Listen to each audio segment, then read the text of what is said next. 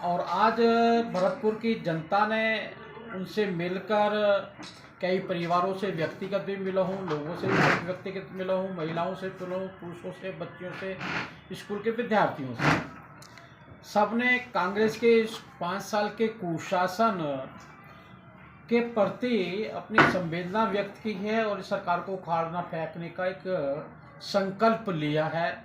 और मुझे लगता है कि ये परिणाम आपको 25 तारीख को चुनाव होगा, उस दिन भी दिखाई देगा और 3 तारीख को परिणाम में भी दिखाई देगा।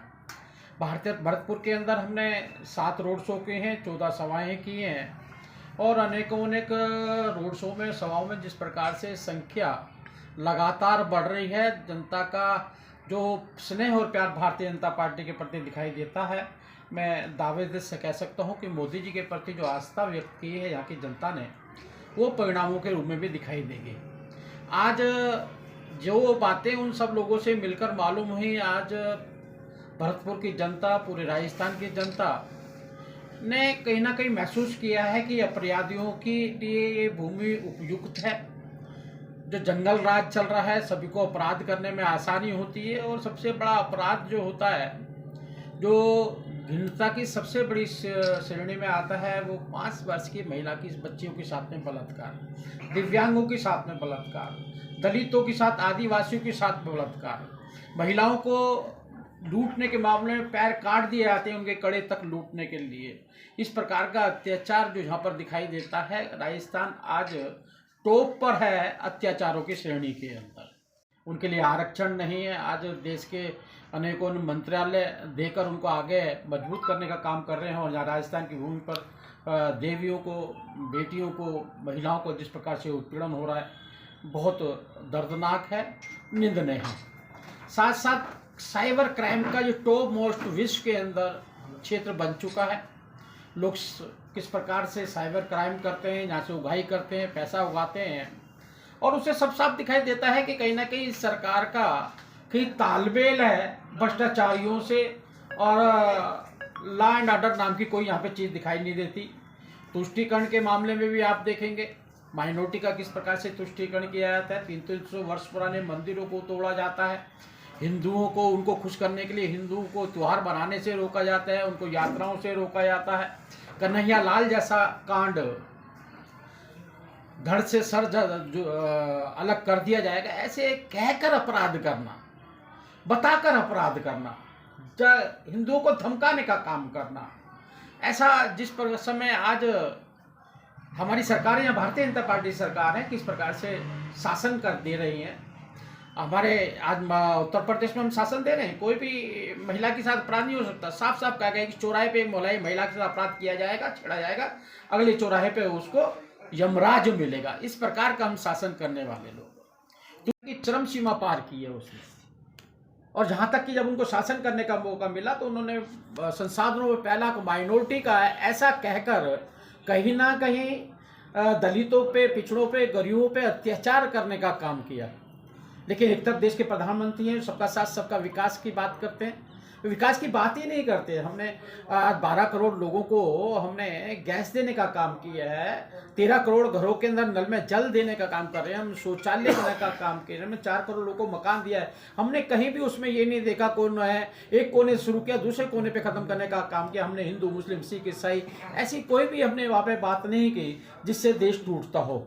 लेकिन आज जिस प्रकार से यहाँ पर भ्रष्टाचार के मामले के अंदर एक तरफ देश के प्रधानमंत्री हैं जिन्होंने लाल किले से संकल्प लिया कि मैं भ्रष्टाचार मुक्त चाहता हूँ, परिवार मुक्त चाहता हूँ, तुष्टीकरण मुक्त भारत चाहता हूँ, और एक तरफ आप देखेंगे यहाँ पे लाल डायरी जो आपके सामने सरेआम उस पर चर्चा भी हुई है, किस प्रकार से उसमें पैसे का लेन देन हुआ है, देश के राजस्थान की जनता को लूटने का काम किया है। और एक हम भाग्यशाली, हमें ऐसा प्रधानमंत्री मिला जो कि 12 साल मुख्यमंत्री रहने के हुए और 10 साल लगातार प्रधानमंत्री होने के बावजूद भी अपने तनख्वाह को गरीबों के ऊपर खर्च करने का, उनके बच्चों पे खर्च करने का काम करते हैं। और यही नहीं है, एक ये कांग्रेस का जो नेचर है, जो स्वभाव है, ये स्वभाव अभी से नहीं है, पहले से ही है। खुद राजीव गांधी कहा करते थे कि मैं 100 रुपये भेजता हूँ तो 15 रुपये पे पहुँचते हैं। 85% कमीशन खाने वाले ये कांग्रेसी लोग, जो माँ बेटे सोनिया गांधी और राहुल गांधी 5,000 करोड़ की घोटाले की जमानत पे छूटे हुए लोग हैं, जो लोग, ये लोगों को भ्रष्टाचार चरम सीमा पे ले जाने का, रिकॉर्ड बनाने का काम इन्होंने किया है। ये देश के लिए बहुत दुर्भाग्यपूर्ण है। कोई भी क्षेत्र जो भ्रष्टाचार जहाँ जहाँ हो सकता है, जहाँ जहाँ कमाई हो सकती है, नहीं तो भ्रष्टाचार की नई नई श्रेणियों को लाकर खाने के पैकेट भ्रष्टाचार है। और ऐसे करीब करीब ये जन विरोधी, ये हिंदू विरोधी सरकार जो कि लगातार हिंदू पे अत्याचार करती है, कह के अत्याचार करती है। और ऐसे लोग जो कहते थे मंदिर में लड़कियां छेड़ने जाते हैं, जो लोग कहते थे भगवान राम पैदा ही नहीं हुए, वो कहते हैं राम और रावण का युद्ध ही नहीं हुआ, जो कहते हैं राम सेतु तय नहीं, कहते नहीं है, कोर्ट में एफिडेविट दिया है इन्होंने। जो कहते थे दुर्भाग्य से हम हिंदू हैं, लेकिन आज हिंदू बनने का नाटक और ड्रामा करने की बात करते हैं। जो कहते थे राम मंदिर नहीं है, आज राम मंदिर में प्रवेश करने की बात करते हैं। और आज हमें सौभाग्यशाली हैं, एक देश का प्रधानमंत्री हमें मिला है जो देश में नहीं विश्व में भी हमारे झंडे के, हमारे सबका सम्मान, नागरिकों का सम्मान बढ़ाने का काम करता है। इसी प्रकार से राजस्थान की जनता ने आज मोदी जी के प्रति विश्वास व्यक्त किया है और मोदी जी को डबल इंजन की सरकार जहाँ पर लाकर इसे पुनः पूर्व गति के साथ में आगे बढ़ाने का काम करेंगे।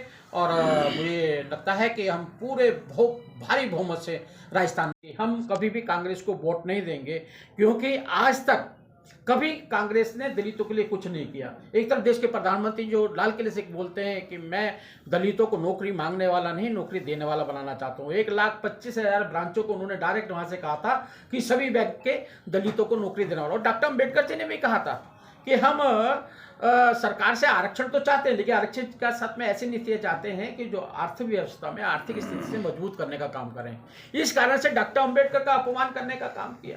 डॉक्टर अम्बेडकर जी को हराने के पहले 1952 में एक इलेक्शन हुआ था, पहला इलेक्शन था, कोई बड़े बड़े राजनीतिक दल नहीं थे, उनको जवाहरलाल नेहरू जी ने हराने का काम किया।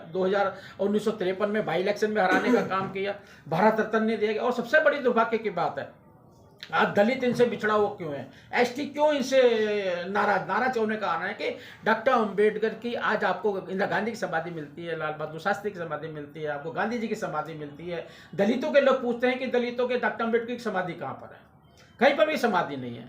और मैं इस बात पर गर्व करता हूं, मैं देश के प्रधानमंत्री नरेंद्र मोदी जी का, आज उन्होंने 10 एकड़ जमीन लेकर बम्बई के अंदर उनकी समाधि बनाने का काम कर रहे हैं।